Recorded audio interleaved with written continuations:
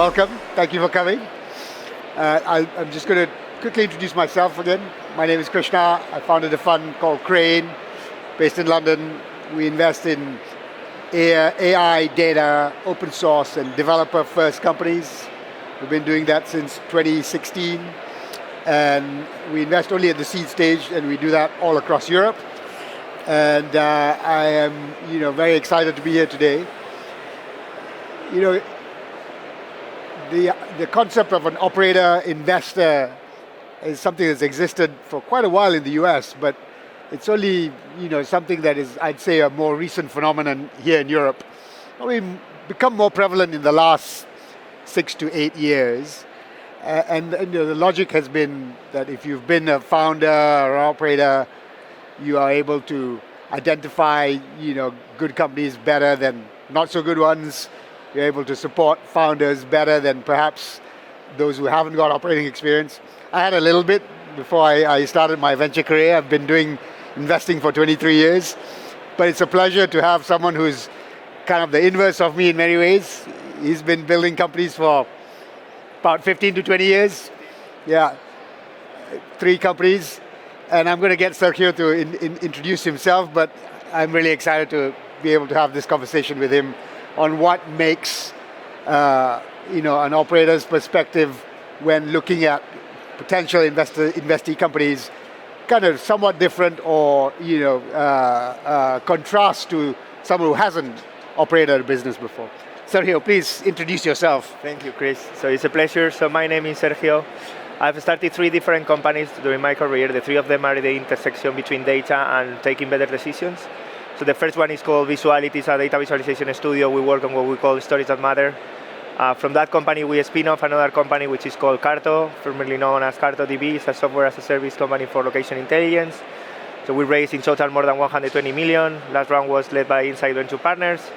And the third company is called TinyBird. It's a real-time analytics platform in which Crane is our seed investor. Did the seed round like a few years ago already, pre-COVID, just the week before the lockdown. The week before COVID. We actually invited them to Madrid to sign the term sheets and so on, and they got COVID in Madrid, right?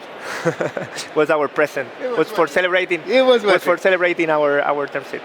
TinyBird, the last company, we are now 60 people. We raised a Series A of 37 million last year. We are based in New York and Madrid. And again, it's about taking better decisions with data. At the same time, we started TinyBird. We are 5 founders. I started investing through K-Fund. I started to help the team to find like interesting companies in the B2B SaaS industry, which is where I'm more experienced. And that's more or less everything about myself. Yeah, amazing. So, Sergio, maybe a first question. You've started 3 companies. They're all really deeply technical companies. How do you think your approach has changed across from one company to the next? What do you think you've learned, in that journey so far? So from the first one to the second one, from Visuality, which is a consultancy firm, to the second one, it was a big change because you're gonna need to change the mindset. And when you do consultancy, you normally have the money you earn. When you raise money from a VC firm, you need to spend the money faster, basically. And it took us a while to do the switch. It's very typical also to see like product companies coming out of services companies, but the journey was harder than it looked like. So I think the main learning there was that you're gonna need to start thinking like globally. Even Visuality, we didn't have clients in Spain back in the time. We're working already for NASA, for WCMC, for the UN agencies, for American companies mainly. We had to change our mind and think a little bit bigger, just to be able to build a product company that was raising money and that was hiring faster and so on. From Carto to TinyBird, it's more similar companies. I think the main learning has been that the founders need to stay very close to the problem that we try to solve all the time. So. When you start scaling the company, you start hiring people, you start hiring mid-management, you stop being in front of the customer, you stop being in front of the users, and that's, for me, the biggest mistake. So that's the main learning in TinyBird. There are also tons of different learnings from the 3 companies. So when building a technology company, it's very important from my point of view to build a strong brand since the beginning, because no one is going to understand what you're building. And engineers, we tend to be very bad at explaining how things work. We have our own language. So building that brand and is the famous fake it till you make it. You gotta look like bigger than you are, and you gotta look like interesting for talent, which is very challenging to hire at the beginning. I think also one of the learnings of the key learnings is once a startup gains momentum, it's very easy to lose it, and recovering it is very, very challenging. So maintaining the momentum that you have from the beginning, or moving very fast, raising the money, I don't know, doing comms, hiring people, that inertia that you generate at the beginning has to be maintained over time. No, I think that's true.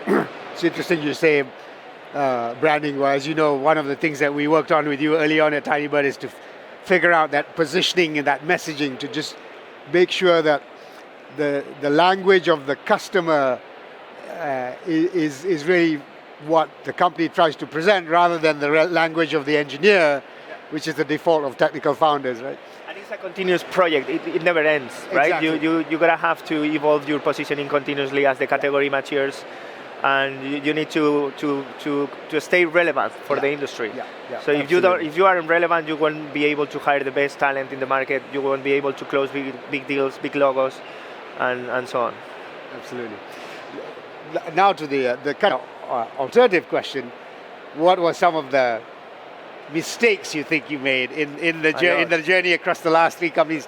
I'm sure there were many, but let's maybe pull out 1 or 2 interesting ones. So the first one is what I was talking about, getting distance from the problem and the customer, right? I'm obsessed about fixing what I call head-on-fire problems. So being able to identify those problems and be with the customer or the user, just understanding how they solve the problem, understanding how they stick to it, how they engage with your product. So being very close to the field, I think is key. And when, as I was saying before, when we scale the companies, we tend to be in a more comfortable position sometimes, which is not in front of the customer. That's the first one. The second one I would say is hiring faster than you can do it efficiently. So forgetting about the efficiency of your company, I think, is important, and it's a big mistake. So sometimes, I still remember when we raised the series, it was Series A in Carta. We raised 8 million Series A back in 2012 or something like that. It was completely different times. And I still remember a friend of mine saying, these guys have raised the biggest Series A in Spain in the recent years, and they're celebrating with carton glasses, with plastic glasses. We had that culture of efficiency until that point. Then we kind of lose the sight a little bit, and I started hiring faster and adding mid-management and all these kind of things that make things to move slower. And at the end of the day, startups need to go fast as hell. It's your competitive advantage, right? So being able to maintain that and not focus on moving fast, I think is another mistake. And the third one is to not optimize for people and optimize for other terms. And we talk when we raise money with you guys. With Crane, our experience was was a magical moment in which we felt like in a family or with people we could trust. So optimizing for people, either they are investors, talent, I don't know, partners, advisors. I think is when you stop optimizing for people and you start optimizing for multiples, valuation, amount raised, I don't know, salary, all these kind of things get a little bit off track.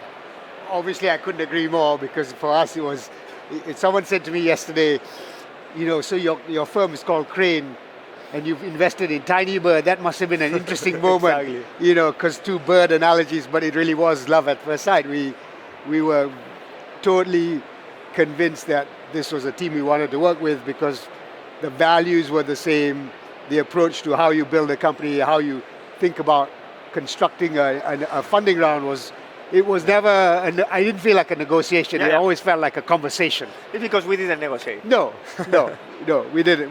We tried to align, and we tried to think about, what's the right outcome. And so you moved fast, which is important for entrepreneurs. It's like there is nothing worse than losing your time with investors. Yeah, that's very true. And having like 1,000 meetings, and for a seed round, when you get it, you get it. And you can look at the business plan 10 times. You can look at the roadmap 10 times, but things will change very, very soon. Spot on. It's Spot on. more about the initial feeling. Intuition, fit, etc. So now let's get to the interesting stuff. Given all your experience as an operator, obviously we're here to talk about also being investors and an operator-investor perspective. What sort of investor are you? Are you a data-driven one, a thesis-driven one, a people-driven one, all of the above? And how, kind of, maybe let's start at a high level. How do you think now you're sort of almost switching sides? Your experiences building companies, all the mistakes you made, how has that kind of shaped the way you assess propositions and people when they're in front of you? So I wish I would have like a clear definition of myself as an investor. I would say I would love to be the investor that I wish I would have had in the past. Yeah. So it depends on the stage of the company. When you analyze like companies that are more advanced, you can be more data-driven. Yeah. I wish I would be more thesis-driven, but the reality is that for me, the first thing is people. Yeah. So it's like, I would say I'm people-driven. When meeting a new company, I need to get like connected somehow to the founding team and to the team they're building and to the problem they're solving. So I try to be very hands-on in terms of, with the companies that I work, I do like product sessions. I try to do challenging, be a sounding board to the CEO or the CPO. So I challenge almost everything, because when you are the founder of a company, it's very easy that you think you are right all the time, and it's not true. I mean, most of the times you are wrong, 80% of the times, actually. So for me, the most important thing is, I mean, of course, you need a big market, a global company. You need to have, this is a personal bias, but I like companies where design is present. Yeah. So you need to have some kind of love for the user and the user experience and so on. And having people that you think are going to be able to grow at the pace of the company, which is the most challenging thing as a founder, I think. Yeah. I think that's fair. I mean, if I speak for myself as a career investor, I would say with far less operating experience than Sergio, we are quite thesis driven as a firm, but our thesis is, kind of macro themes, data, machine learning, developer first companies. But at the heart of what we do, it's backing people. And when you're investing at seed, there's every likelihood the product is going to pivot or the market is going to change. For sure, the plan is irrelevant the day after we invest, right? We had a financial plan that we kind of orchestrated around at Tinybird, but we didn't focus on the revenue. We were just focused on how many people are we going to add to the product team to try and execute on the product vision and then iterate.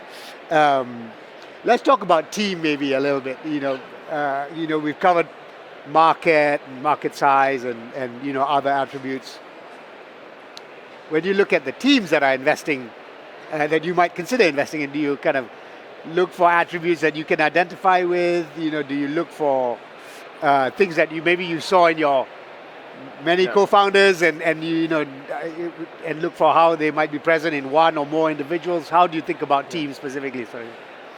So it's a difficult thing, because I don't think I can explain clearly where I look for in a team. I think you look for people that shares. I mean, it's intuition, as you were saying. I mean, you are used to work with very talented people, and you just look for people that is similar to those, right? So for me, it's important. Something that we normally don't talk about is how relevant the founders of a company are within that industry, and not only in terms of knowledge, how much do they know about the industry, but how well known they are and how connected they are in the industry. Because at the end of the day, building a company alone is very tough these days. You're gonna need partners, you're gonna need talent, you're gonna need customers. So having a network or being able to develop a network in an industry even before you start the company, for me is key, because it also shows that you are in love with that product or with that problem. So that is important. Of course, for technical companies, I mean, technical expertise is key. I think that's I like teams that do a lot of questions as well. Learners. So founders that are willing to forget what they know and willing to reset and start again and again for pivoting the company or just for evolving it. I think that is very important. I would say humble people. Yeah. You gotta be humble if you're gonna start a company and you wanna hire people to delegate on them. That is important for me too, and great dynamics between the founders. That is also very important. Yeah. So it's very common that companies when pitching us, there is just one founder coming or something like that. I normally try to meet all of them Yes. at the same time and separately, so we can talk about each other, and I can know what is going on. I mean, it's very common that partners or co-founders have some issues, some friction. Yeah. And or they just change their mind, Yeah.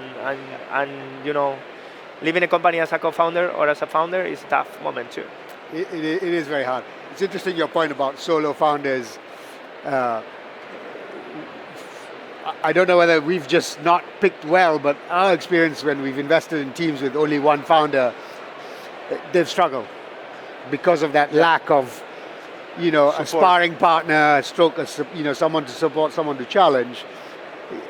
On the flip side, you look at some of the largest companies that have succeeded, they have solo founders like Facebook or Salesforce. So it's hard to tell, but my own philosophy, Scott's and mine, is kind of more similar to yours. We would probably optimize for teams of 2 or 3. Yeah. In the case of Tinybird, 5 founders.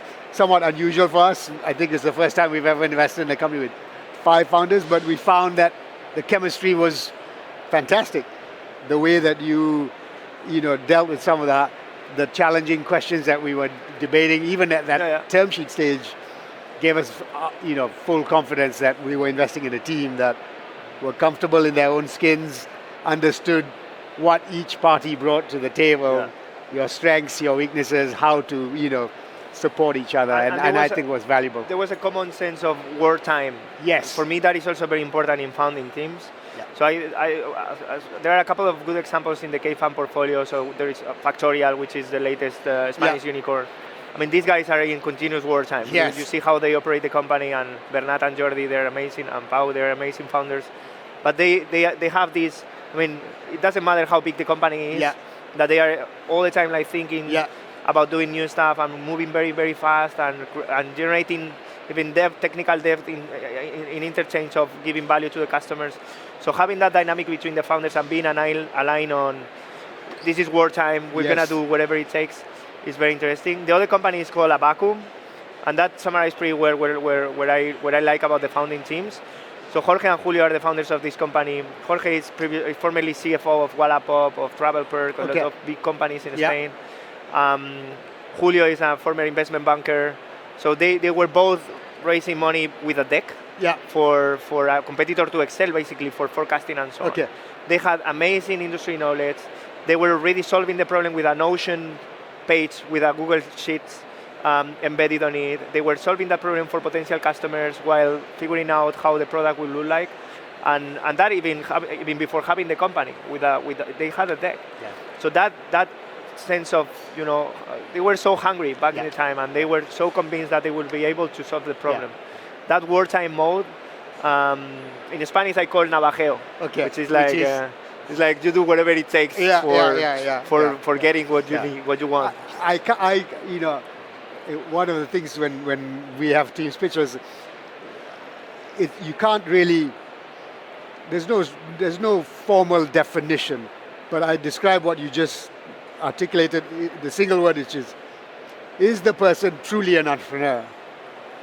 Or are they just an executive, right? There's a fundamental difference between someone who's innately an entrepreneur who can, have an instinct to iterate or drive velocity, keep hunger, maintain the right culture in the business, be prepared to throw everything out because they can sense that things are slowing down or something's going to happen. It's a great word. There's no strict definition of what makes a good entrepreneur, really. But what you just described, I think, is an interesting illustration, right? There is something that I experienced before Tinybird. I spent 2 years and a half working in Inditex. I was managing all the sales channels for Zara.com worldwide. And Inditex is a 170,000 people Yeah. company, right? Yes. It's a big company. But that is exactly the same as you were Yes. describing. So when you enter there, it doesn't matter who you are. Yeah. So you gotta do whatever it takes for Yeah. for getting things done. Yeah. And that also helped me in Tinybear. So you come from a corporate, you come with a great salary, great Yes. compensation, all the resources. Yeah. I mean, I had like 500 people in my team. Yeah. I could do whatever I wanted. And then you get back to 5 guys in a room. We started here in Google Campus. So that moment, you're gonna need to do. I mean, forget Yeah. about your executive wherever, Exactly. and Yeah. start building again. Yeah. It's I time mean, to build mode. Not that our experience starting Crane can be, likened to starting a company, but when Scott and I started, it was just the two of us. We quit our jobs. We were working in coffee bars around London. We were begging people to borrow meeting rooms, to meet with founders, to meet with investors. We were doing everything ourselves. And we had no salary. We were putting money into the business, and that actually, to be frank, going through that journey ourselves, we feel really made us better investors, better able to understand and improve how we think about what to look for in founding teams. Let's go to another question, if I may. Another interesting one for folks like us, you and us, who invest in very technical teams. You see a technical team, very savvy on product, on technology, but you don't feel and see what you want to see in this do what it takes mentality. Or if I describe it a different way, you can't foresee them scaling. As human beings, as operators, would you take that bet No, that's on them? That's a tough one. I'm not sure. I guess it depends on the feeling you have. As you were saying, it's really hard to identify, right? Yeah. To define what do you need to have in order to be able to scale the company or to scale a company. It's true though that technical roles, we tend to be more introverts, less of a leader and more of a doer. So I think that is important. For me, at least in seed states, it's even more important to understand that the same team that is building the product will be able to distribute it, at least initially. Because it's very common that you see in Spain very good teams building great products in terms of technology, in terms of everything, that you need to build a great product, but they don't know how to take it to market. Yeah. And that's part of the journey of scaling the company, right? So being either you have both things, or you are like really humble and you identify that founder at some point will step out or will become the CTO wherever and will onboard a CEO successfully. But it's true that it's normally something that is not something that you would like to see. Yeah, it's a tough one. If I contrast my own experience, it sort of falls into two buckets. I think if they're really excellent people and they're humble and they're committed to the vision, and you can have an open conversation with them about the evolution of their team, I would take that bet. But be very upfront with them. Say, hey, we love you, we think you're amazing, but we think we can see that we're going to find a point where we'll need to bring in someone who can scale the company. If you're up for that journey with us, we'll do that empathetically and we'll work with you, but if not, then we're probably the wrong investor for you. That's actually something that I was talking about before on the dynamics between the founders. So in Tinybear, Jorge is always telling me that I should be the CEO. I'm telling him that he should be the CEO.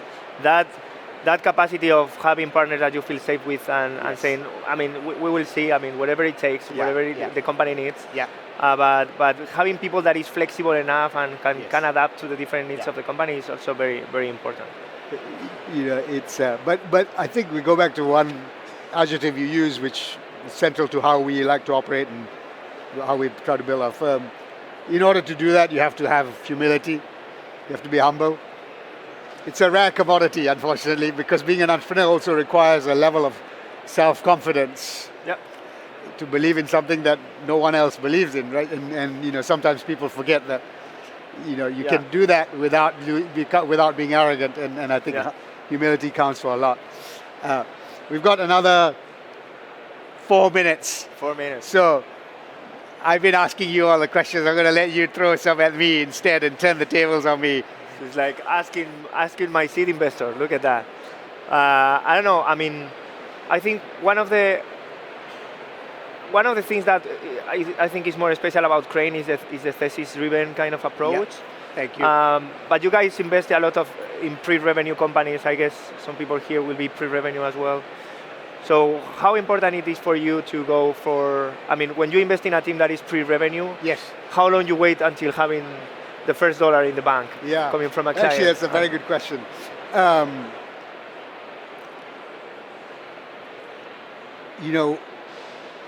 What we try to do, Sergio, is we never try to artificially push teams to monetize, especially because, as you know, we invest in a lot of overwhelmingly infrastructure companies, number one, heavy open source, and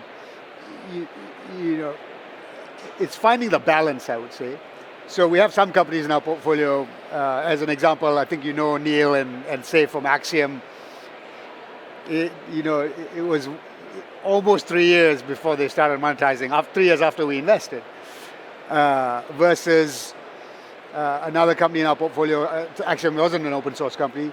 Novu in Israel, fantastic open source traction from day one, like literally insane. Second fastest growing open source company in the world in 2022, didn't monetize at all. Yeah. And we were building engagement, building, consumption, usage. And then in Q2 of this year, so about 18 months after we invested, we said, okay, we told the founders, look, we think it's time to monetize, because we can see the signs that, the love for the product is there, and people are, the hair on fire problem that you sometimes describe, the pain clearly exists, so we can monetize, right? So we try to help founders build, go-to-market motion that is appropriate for their product and their market and their target customer. And then I think the other piece, to be frank, which is, it's a slightly tangential answer to your question, but I think it's relevant. The one thing we try to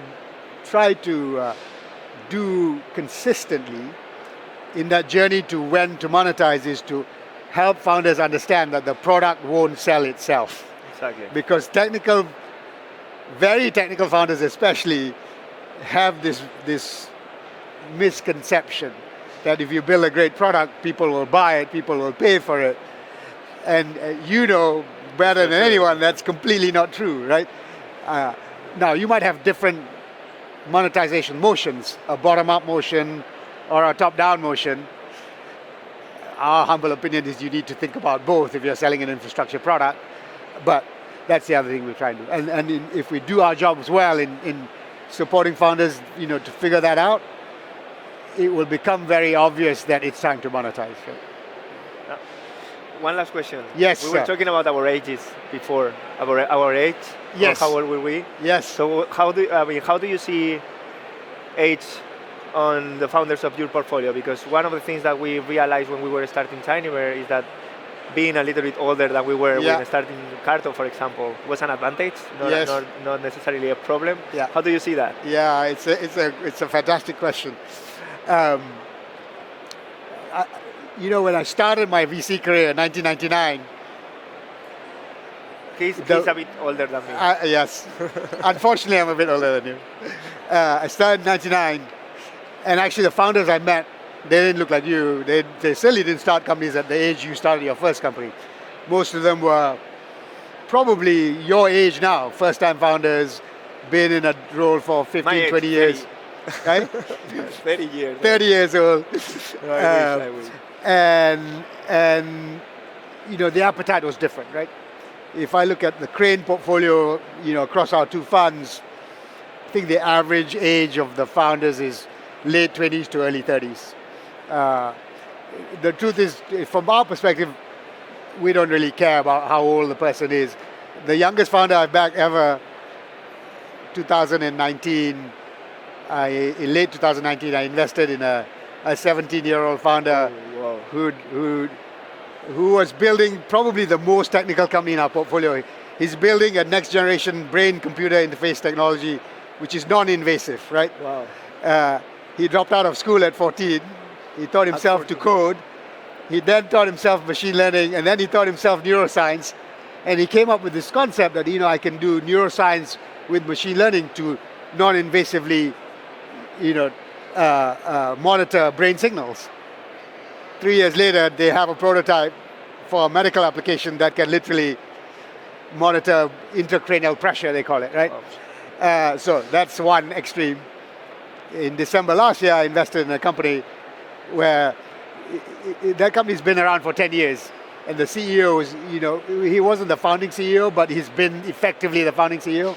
He's 63. Awesome. And we have people in between, right? So we try and look for people that are suited to the journey, the product, the proposition, but mostly whether we believe in them and whether they have what it takes, we think, to build a great company. Absolutely. Great, I think it's the time to... I think that's it. Thank you, folks, for being here. Thank Thank you for filling the room. I hope it was interesting. And we appreciate you being here.